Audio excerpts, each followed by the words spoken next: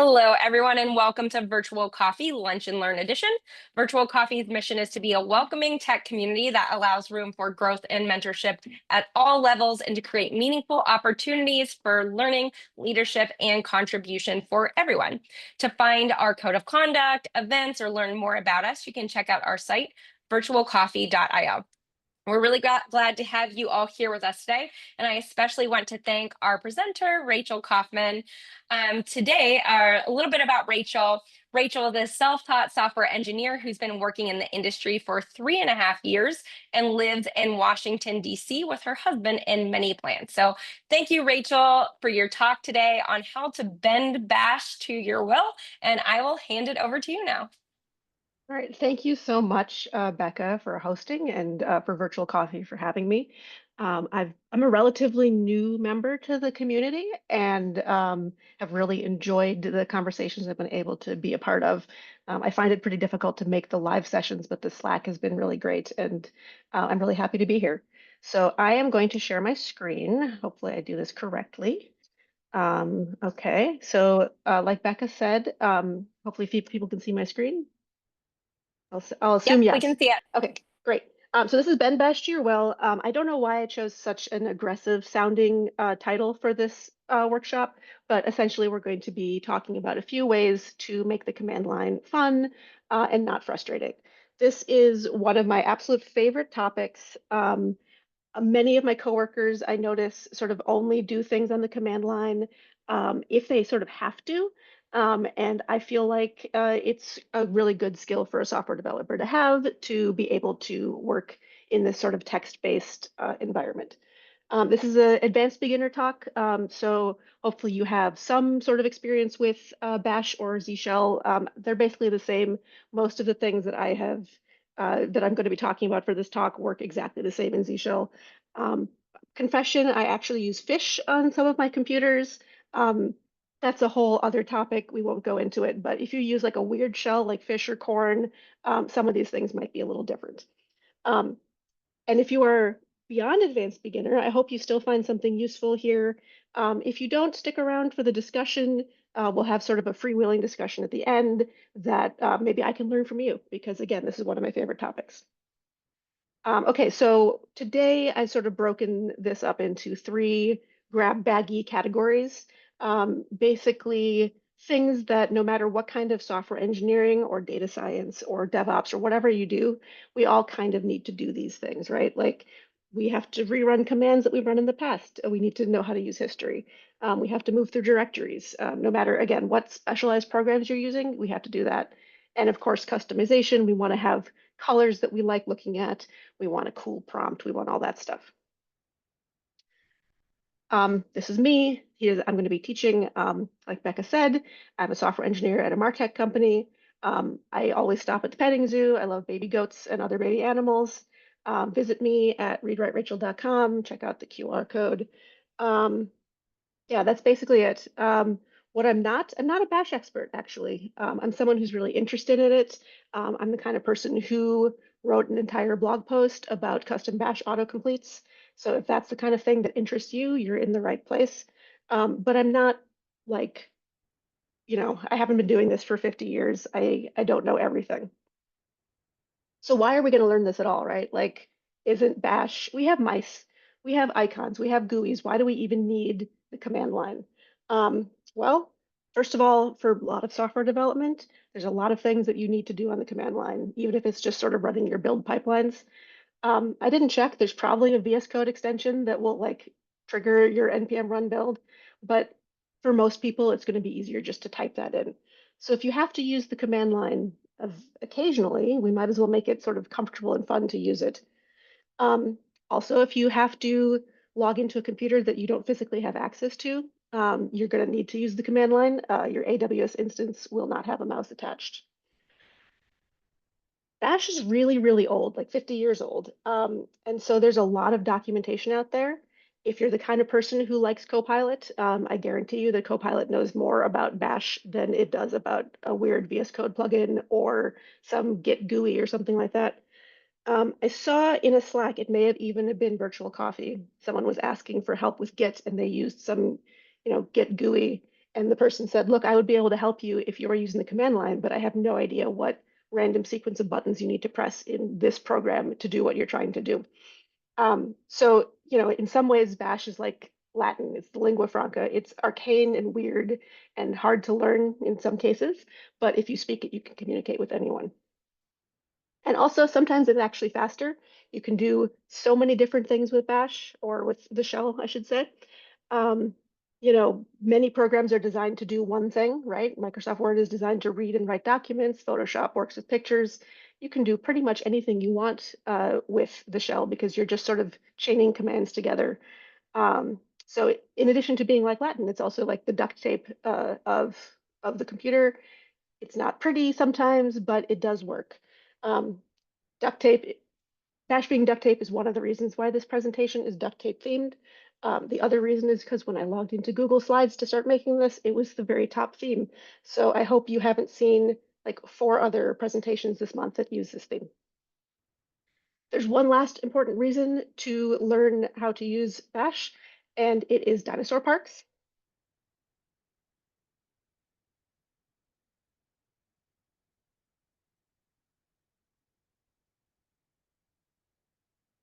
So if you're ever trapped in a dinosaur park, you probably won't have that weird GUI because that was only in use for a couple of years, and you will probably just have a text-based interface. And so you will probably need to know the command line. Here's what we're not doing. We're not going to become matrix hackers, as cool as it is. I'm also not going to tell you that there's one specific right way to do things. First, because I probably don't know what that way is. I know what works for me. Secondly, because again, Bash is really, really old. There are multiple ways to do everything. And for every way to do something, there is an angry person on the internet saying that it's the wrong way. I'm not that kind of person. We're just making our own personal environments customizable today. We're not talking about, hopefully, automations that you have to deploy to an entire company. If you're in that position, you probably need some sort of code style and standards and all that stuff. We're not doing that today. So if I say something that doesn't resonate with you, you have a better way of doing things, feel free to ignore me and do it your way. Have it your way, just like Burger King. And also, if you have a better way of doing something, tell me about it, because again, this is one of my favorite topics and I would love to learn about it. There's a couple of resources that might be helpful for further learning. I will share this later, but I'll stay on this slide for a second if anyone wants to take a screenshot. Efficient Linux at the command line. This is an O'Reilly book, so you can get it physical copy. You can get it. I see them in Humble Bundles a lot, and of course you can get it on their like online subscription platform thing. I found it really useful. They did not pay me to say that. Intro to Bash Scripting is a free ebook. It's just okay, but it's free. And then 100 Days of Core Utils is, last time I gave this presentation, an attendee said, oh, my coworker is blogging about, one different core utility every single day for 100 days. And I was like, that guy is my kind of guy. So I just thought that was really interesting and I learned a lot and you should check it out. Okay, so now we're going to do some live coding, which I don't know why I decided I was going to do that. Um, hang on. I'm trying to make this full screen and it's not going, but you know what? I don't care. Um, this is where I get nervous. I don't know why I decided to do live coding, but I'm going to do it. So again, we're going to do customization. We're going to do history traversal or histories and directory traversal. And I'm going to start with customization. Does everyone know what I'm talking about when I say dot files? Anyone need a refresher? Feel free to unmute yourself, raise your hand. I'm not seeing anything, so I'm assuming that we're all good. Excuse me. I'm So, good. all right, thank you. Thank you. I'm assuming we're good. So, you've got your configuration for your shell in a dot file. Mine is bash rc. And there it is. That's really ugly to look at. For colors, colors are really important. I think they might be the most important thing in computer programming. I especially want to have good colors when I do ls because I want to be able to tell what is a directory, what's a file, et cetera, et cetera. And I want it to look pretty because, again, that's the most important thing. Now, there are a billion websites where if you Google ls colors generator, you get something that lets you choose what colors you want. for ls and also some other commands that use colorize output. But I'm a backend developer. I don't know what looks good together. So I use this thing called Vivid. You can Google it. It's a GitHub repo. I will link to it later. But basically, as you can see in my Bash RC, I've got a line that generates the theme, which is called Molokai, and it's like this bluey green theme. It's very pretty. If I were to comment that line out and replace it with this one and source it, now I've got sort of this like lava-y one. And so this is what I use because it's easier than having to pick everything all at once. You can obviously customize things to your needs, but I don't know what colors are. I just want something that looks pretty. So I love Vivid. Um, Similarly, we all want a good prompt. I use bash prompt generator.org. Again, I'm not going to show it. You can Google it. It turns what I think is like a headache into a drag and drop interface. That's really cool. Um, so, you know, again, I'm going to go back to Molokai because I don't like this lava thing. This People probably know what this means. I don't want to memorize what that means, so I don't. But if I do that, you can see that my prompt now has the date and my name in the current directory, and it's, you can have it however you like. So I highly recommend using bashpromptgenerator.org. All right. Um, Another quick thing. There we go. There we go. There we go. Um, if you haven't noticed this line in my bash RC, I love this. Obviously you can use whatever editor you want by just calling it, like you saw, I just typed in nano bash RC.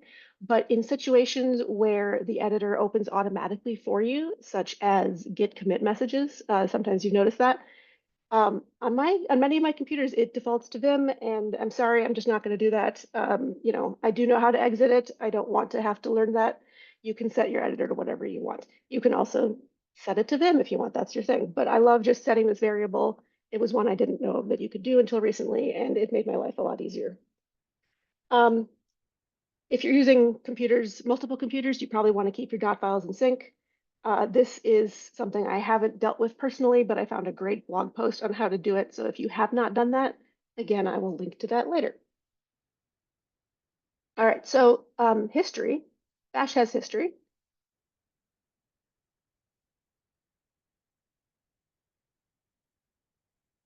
Here's the history. We just push the up arrow a lot, and you can go see older commands. Um, you could also do other things with history other than the up arrow for real. Let's open this back up. I think most people know many of these, but just as a refresher, here is a long line, blah, blah, blah. I can't even type blah. If I push the up arrow and then do Control A, my cursor jumps to the front of the line. If I press Control E, it jumps to the end of the line, and Control W goes backward one word at a time, which is very helpful.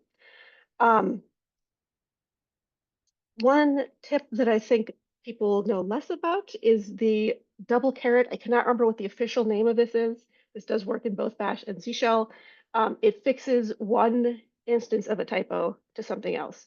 So for example, I just did echo, here is a long line, blah, blah, blah. And if I do line sentence, like so, it replaces the first instance of line with sentence. Now, if I were to do blah, blah, you see it only replaces the first blah. So if you want something more complicated, you got to get into sed and awk and all that stuff. But this is really good for like, I made a typo in the middle of an extremely long command and I don't want to deal with my cursor. When all else fails, you can swear at your computer. I am not joking. There is I didn't realize this is going to be recorded. There's a tool called the fuck, excuse my language, that looks at common typos and corrects them for you. So for example, I think no, that's not what it's called. Basher CNU. Okay, so let's say I've installed this foul language software and added this eval line to my bash RC. So let me source that. Now I could do something like Python. Oh no, I mistyped Python. What do I do? It doesn't know what that is. If you swear at your computer, it automatically guesses what you meant to type and gives you the option to enter that command or not. So now I'm in Python. Um, if you don't like swearing at your computer, who are you? But if you don't like swearing at your computer or you work in a workplace where this is not be appropriate, you can obviously alias that command to anything you want. But I think it is especially fun to swear at a computer. My most made typo uh, until I made an alias for it was get status like that. And this thing fixed it every single time. So it's very worth it. Um,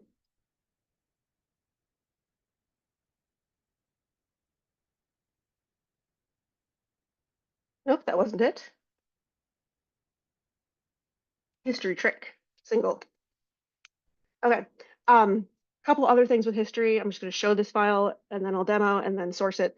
But hist control is set automatically on some Linux distros. It was not set on my Mac. I'm assuming most of us are on Macs. Um, and I don't know what, if you're using something else, what you have. This is a great little thing. Your options for hist control are ignore dupes, ignore spaces, and ignore both. And what this does is controls what goes into your history. So, excuse me, if I do ls, I don't know, I just need to see what's in this folder a billion times. And then I type history to see my history. You can see that ls was saved 4 times. Similarly, if I do, I don't know why I would do this, but this is a sensitive password. That's a little bit of a security hole. The password is in the history. I mean, I don't know why you would do that, but now it's in the history. It's not good. Now, if I source history trick and do ls, and then history, you can see that ls was only recorded to history once as opposed to 4 times before. And if I do space echo, this is a sensitive password. I still get the echo, but then I look in my history and you can see that it was not recorded. I think that's kind of like an older trick. I'm not really sure who's typing passwords in plain text in their shell at this point, but I find it useful just in case. Um, and then, of course, the other thing is, oh my goodness, there we go. Make sure you increase the size of your history file. I believe that the first variable is how many bytes can be stored in memory before being written, and the hist file size is how much is stored in the actual history file. Both of these have really silly small defaults on even modern computers. You can, this should be like the biggest number you can possibly imagine, because why not? We have computers with multiple terabyte hard drives now. So consider doing that, and then you can just keep more history and search further back. Okay, let me remember what's next. Oh yeah, so then just one page on navigating directories. I think most people have heard of pushd and popd, but in case you haven't, they sort of create a directory stack. So here I am, I have, let's do pushd projects. And now I have a stack with my home directory and then projects. And then let's do pushd apps. And now I have a stack that's 3 directories wide, and you can pop to go back and just pop off the stack. This is really, really powerful, and you can actually like jump backwards and like change the order of the stack and all this crazy stuff. And I find that I don't use that in my daily life at all because it's just way too overpowered. What I do use and what I think people know less about, or at least in my circles they know less about, is just cd dash, which just swaps you to the last directory you were in. So you can just go back and forth. Here I am in my home directory. Here I am in my projects directory. Here I am in my home directory. Here I am in my projects directory, so on and so forth. And then also CD by itself just takes you straight back to your home directory, which again, super, super useful. And then recent discovery, CD path. I think we probably know what the path is. It's the thing that tells your shell where to look for executable programs. So when you do CD, for example, it says, well, what does that even mean? Actually, that's not a program. I lied, but that's a built-in. But when you do Nano. Where is Nano located? Well, it's in the path, hopefully. CD path is like that, but for directories. So I do,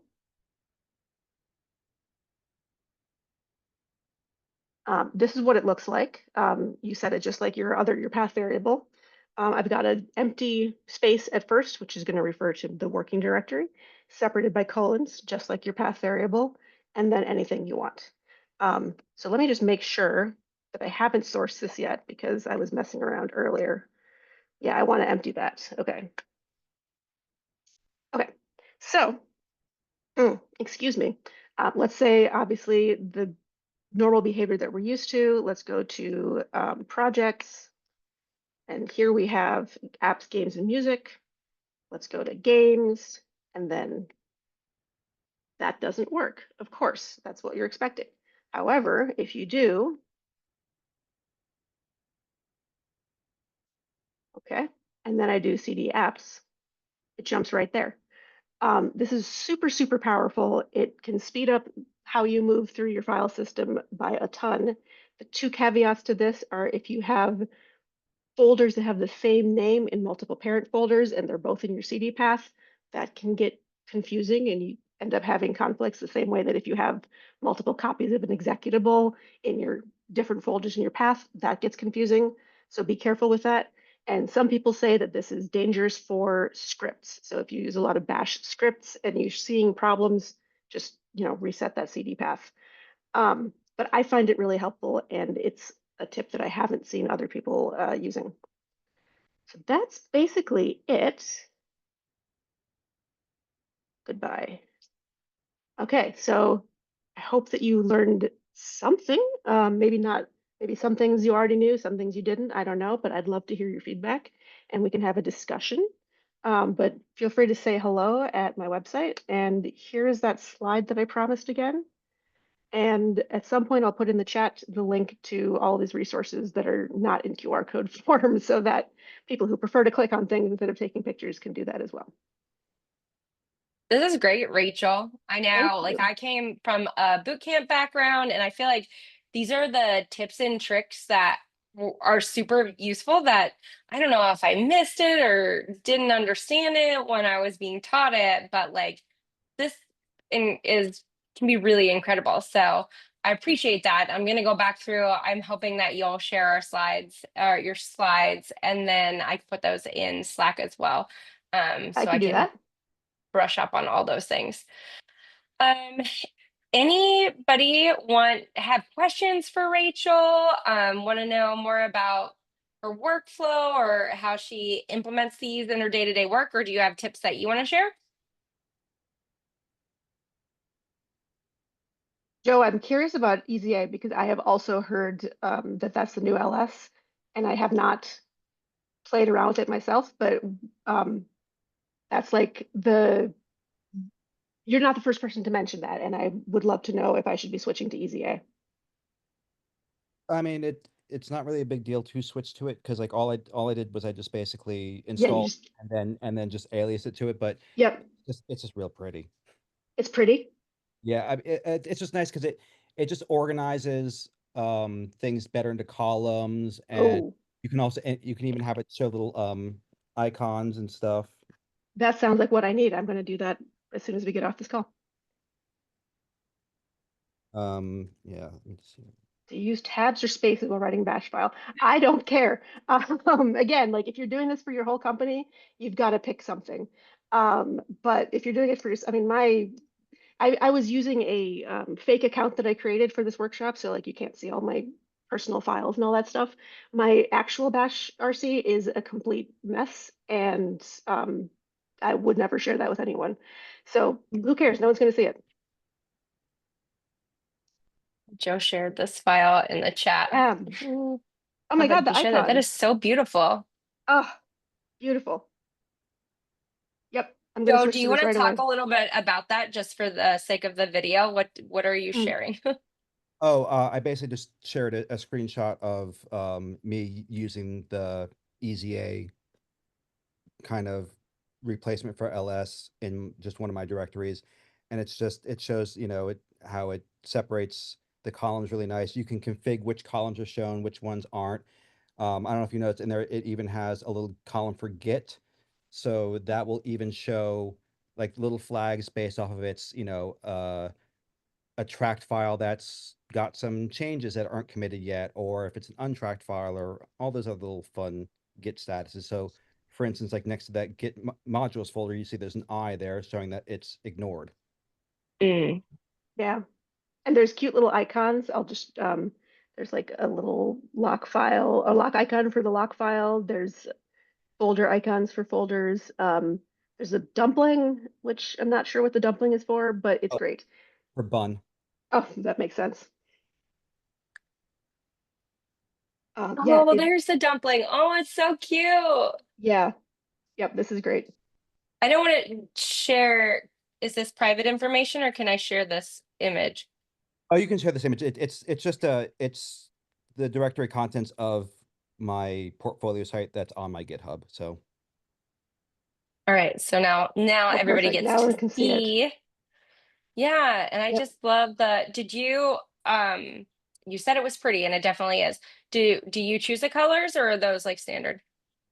um oh yeah, you can it's got themes that you can even set up too. So like there's a lot of I think there's a lot of predefined uh themes if I remember correctly. yep. Again, I need a theme. I can't pick colors on my own.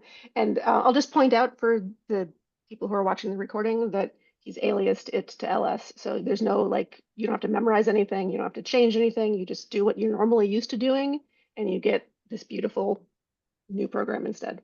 Yeah. And then also just since you're showing that screenshot, for my prompt, I use starship.rs as my little prompt generator replacement thing.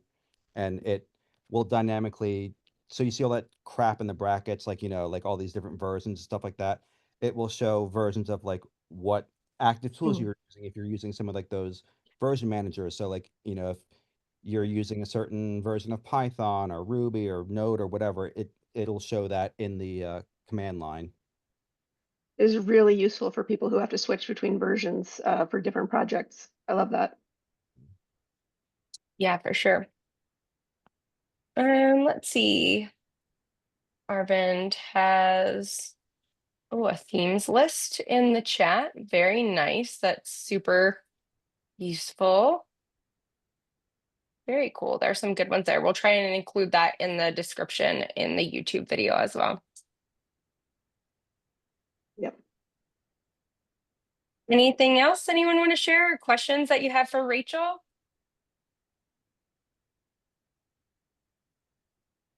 Anyone? One question that I got a lot is um, when you use Bash, and I think also Z Shell, your history is not immediately written to history. So if you switch between terminals, you have like two different histories.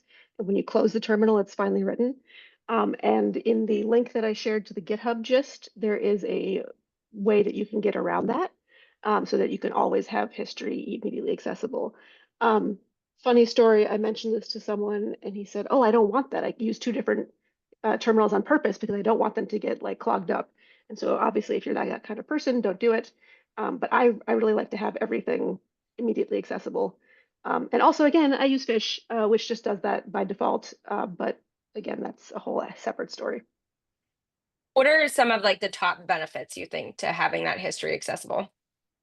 Just because I don't know, I always have multiple things open, and so yeah, exactly. I don't use two terminals on purpose. I use six by accident and get frustrated by history. That's exactly right. I'm just switching around and I just want to be able to be like, oh, didn't I just do this one thing?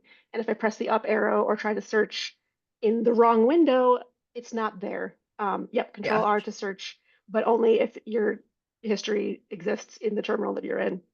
So it's a great thing to do to have it all together if that is what you want. Or sometimes Yeah, that I command I definitely feel typed in that. one terminal needs to be run in another. Um, I don't use any plugins. I know if you use Z Shell, oh my zhish, zhish, oh my zhish, is really, really popular. Um, and I guess I would recommend that, but I don't have any plugins. I'm pretty basic.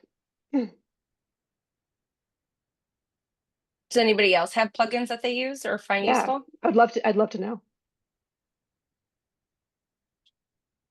Yeah, and Joe says in the chat, some of those plugins can really bog things down for sure. Absolutely. And there is the more customization you do, unless you're really careful about keeping it synced, the more you get sort of stuck if you have to use a different computer or SSH into a different computer. So, I try to keep it simple, but then I'm always like, but what about the colors? What about this? What about that? So I don't know. It's a balancing act. For sure. Joe, do you have something to add? I might have, but I forgot it. Oh, I was gonna say no. One of the other things that I've found too that can really slow a terminal down if you're ever like running into issues of like every time you change directories or open up a new terminal, you got to wait seconds before the prompt shows up. It's usually down to like if you're using some of like those older version managers, like for instance, like NVM is very popular for Node, but NVM is terrible when it comes to speed because NVM is just a bash script. But there's other tools that are like much quicker, like FNM, and my new favorite now is it's called Mies, and it does all of them. It's basically like a new replacement for ASDF, and it does Oh, more than just version managers. Like you can have it so it can manage just like per directory environment variables, or um, you can even have it so it can like run tasks, kind of like a make file or like your package JSON scripts or whatever. It's just nice. And it does more than just like Ruby versions. You can even have it so it will just install like a certain version of like maybe a command line tool. Like, I don't know, maybe, your project only can use some weird version of the AWS CLI.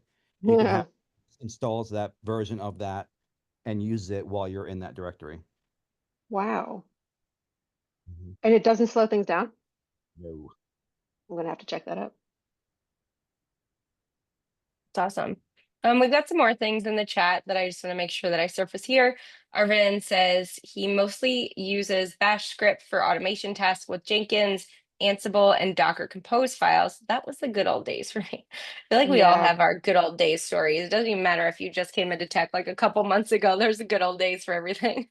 Oh yeah, absolutely.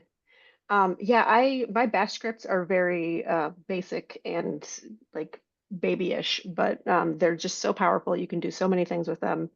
And yeah, Oh, I just remember one other thing. Going back to where when you were showing the editor variable earlier, yep. um, so you can do it like how you did, where setting the editor to nano. But there's another one that's called just visual editor, I think, or just visual. It's one of the combinations of that. But if you set that to like if you use VS Code, you set that to code dash W, it will, Mhm. whenever it automatically opens an editor, it will throw it up in VS Code, but it will act that tac W thing will basically tell your shell to wait until you actually save and close the file from VS Code, and then it continues with what it was doing. Oh, that's very cool. Um, yeah, I don't think I would use that for like commit messages, but that seems really great for just like opening files that I want to mess with. Thank We've you. I got will check that another out. comment in the chat. It's so funny because like sometimes like I'm reading through these comments and I'm like, I've never said this out loud. I know what my brain says that this thing is, but I'm not sure how to pronounce this. Chloe says D is for tracking recent directories that you have visited, which is a lot useful to me since I tend to forget where I am. I feel that. And then Rachel, you had a comment back. Do you want to talk a little bit about that? Well, I don't know because I haven't used Z, but it sounds like it lets you sort of track the stack of directories without having to remember to add it to the stack. And that does sound really, really great and useful. And I think you should definitely check it out if you're using Z Shell. Yeah. Let's see. Okay, so just lots of positive comments here too. I think this was like a really great conversation. So I want to thank you so much, Rachel, for sharing with us today. I'm going to give one last call for questions or for anyone to share. And I'm going to pause here for a second.